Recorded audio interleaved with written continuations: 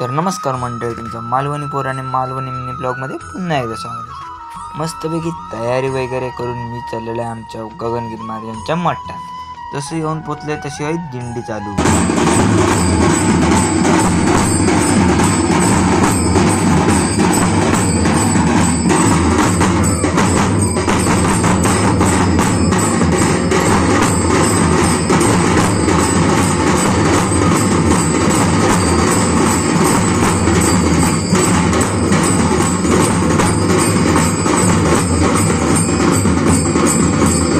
आज आपला तशी आरत करून घेतल्याने आणि गर्दी तर मॉप होती, तुम्ही व्हिडिओत बघू पण शकता।